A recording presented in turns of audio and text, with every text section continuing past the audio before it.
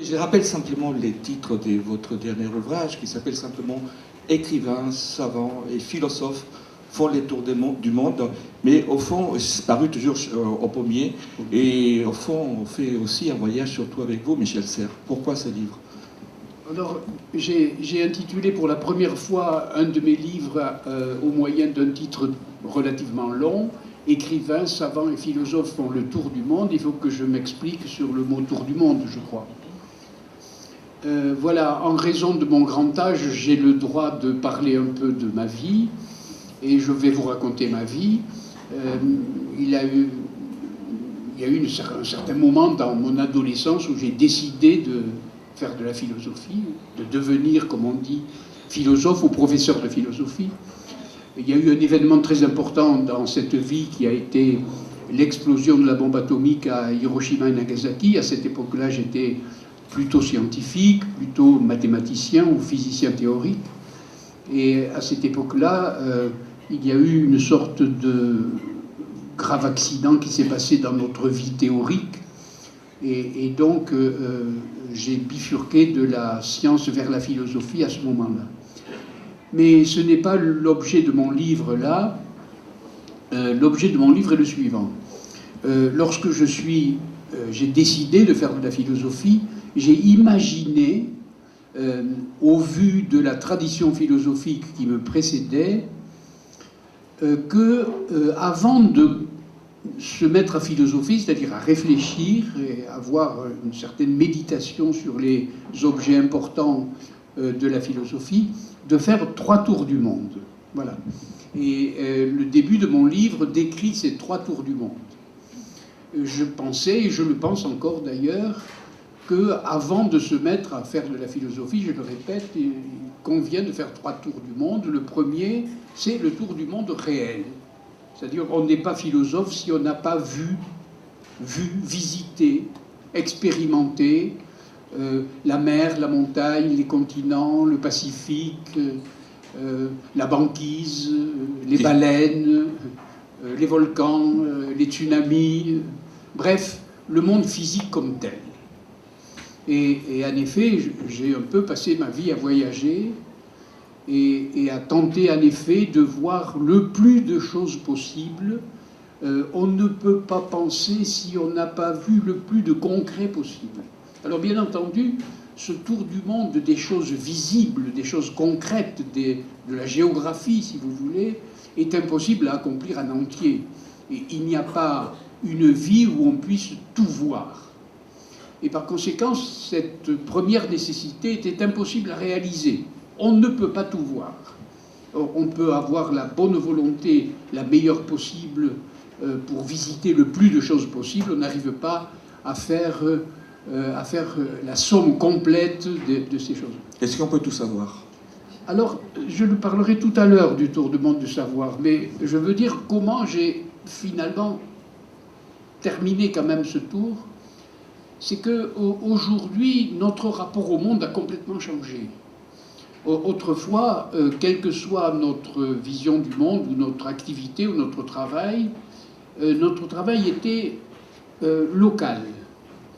Mais aujourd'hui, on a d'abord vu le monde dans sa globalité grâce aux photos des astronautes. On a vu que c'était exactement notre vaisseau, celui dans lequel on était embarqué, et cela a donné une profondeur extraordinaire à la phrase de Pascal « Nous sommes embarqués sur ce vaisseau-là ».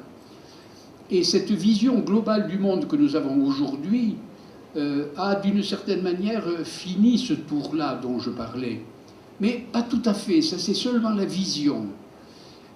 Mais d'autre part, aujourd'hui, la responsabilité que nous avons dans l'état actuel de la planète, le fait que nous épuisons les réserves, le fait que nous changeons le climat, le fait que nous avons, par notre conduite, un certain type de responsabilité par rapport à lui, a fait que, d'une certaine manière, nous croyions autrefois que le monde nous manipulait, et nous avons réussi à penser que nous manipulons le monde, mais à force de penser que nous manipulons le monde, en retour, il nous manipule à son tour.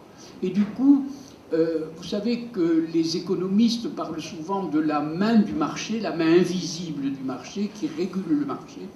Je ne crois pas à cette main invisible personnellement, mais je crois maintenant que nous expérimentons une main du monde qui est en train de nous manipuler. Et donc, mon tour du monde un peu s'est fini de cette façon-là. Et il s'est fini avec 2 ou 3 de mes derniers livres, dont le dernier, La guerre mondiale, a été présenté ici même, où finalement, je concluais ce tour du monde-là. Vous voyez, c'était terminé. Pourquoi? Parce qu'aujourd'hui, on a devant nous le monde comme tel, à la fois dans notre vision théorique et dans notre pratique de conduite. Voilà. Et donc, bien sûr, on n'a pas tout vu, mais d'une certaine manière, il y a quelque chose dans le global qui permet de fermer cette demande première. Voilà pour le premier tour du monde. Et toujours, lorsque j'étais jeune, je pensais qu'il fallait faire un second tour du monde, et celui dont tu parles, Eduardo, c'est-à-dire que si on regarde la tradition philosophique, celle qui a été respectée par Platon, par Aristote, par Hegel, par Leibniz, par les glorieux prédécesseurs qui sont avant nous, chacun d'entre eux a fait plus ou moins le tour du savoir. Et il est vrai que Descartes, que Leibniz, que Hegel, que Platon, etc., même Kant, ont tour à tour été mathématiciens, physiciens, astronomes même. Il y a de très très beaux textes de Platon et de Kant sur la théorie du ciel. Ils ont été, autant que faire se peut, physiciens, puis ils sont passés à la politique. Il y a la politique d'Aristote, etc.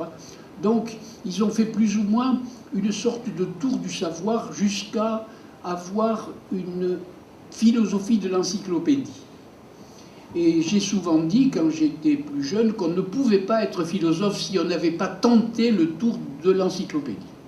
Alors évidemment, ce deuxième tour du monde, ce tour du savoir, est aussi difficile que le premier, voire plus, parce qu'il est bien évident qu'on ne peut pas tout savoir. Et donc je ne sais pas tout, mais j'ai pourtant essayé, j'ai pourtant travaillé sur les mathématiques, la physique, etc. Tout ce que j'ai pu apprendre, j'ai tenté de l'apprendre. On ne peut pas aborder les problèmes modernes et contemporains sans être frotté vraiment de sciences dures, de sciences expérimentales, de sciences biologiques et de sciences humaines. Mais bien entendu, on ne peut pas faire le tour de ce savoir-là de la même façon qu'on ne peut pas faire le tour du monde. Et pourtant, il m'est arrivé une deuxième chance. De la même façon que le tour du monde physique s'était bloqué ou avait trouvé sa somme dans le rapport au monde que nous avons aujourd'hui, je me suis aperçu que toutes les sciences avaient, il y a quelquefois 10 ans, quelquefois 50 ans, mais relativement récemment, que toutes les sciences, les unes après les autres, avaient réussi à dater leurs objets. Les astronomes datent les étoiles et les galaxies, voire le Big Bang. Les biologistes savent dater l'arrivée et la disparition des espèces. Les médecins savent aujourd'hui dater l'apparition des microbes et des maladies, et ainsi de suite. Chaque science date ses objets. Et du coup, ce qui m'a permis, non pas de tout savoir, mais de bloquer ce deuxième tour du monde, c'est ce que dans certains livres qui précèdent la guerre mondiale, j'ai appelé le grand récit. Nous savons aujourd'hui que le Big Bang a commencé il y a 13 à 15 milliards d'années, que la planète Terre a été à peu près terminée vers 4 milliards d'années, que la vie sur Terre a commencé il y a 3 milliards 800 millions d'années, que telle et telle espèce sont arrivées, etc., etc., jusqu'au fait que Homo sapiens a commencé à se lever vers 7 millions d'années, etc. Et cette espèce de grand récit nous permet un accès direct à chaque science et à chaque savoir. D'une certaine manière, le tour du monde de savoir n'est pas un cycle, comme dit le mot encyclopédie, le cycle d'encyclopédie, mais est une sorte de développement, que j'appelle le grand récit, un développement d'ailleurs contingent, hasardeux, chaotique, difficile à régler, mais enfin, qui permet un accès, selon les dates, à chaque savoir. Et cet accès est très intéressant parce qu'il peut être raconté à un enfant au coin du feu, de façon très facile, et il peut être au contraire décrit de façon extrêmement sophistiquée par des articles de grands spécialistes. Donc il y a des accès. Voilà, c'était mon second tour du monde, et voilà au fond comment, d'une certaine manière, il ne s'est pas achevé, mais il s'est au moins, il a eu son point d'orgue.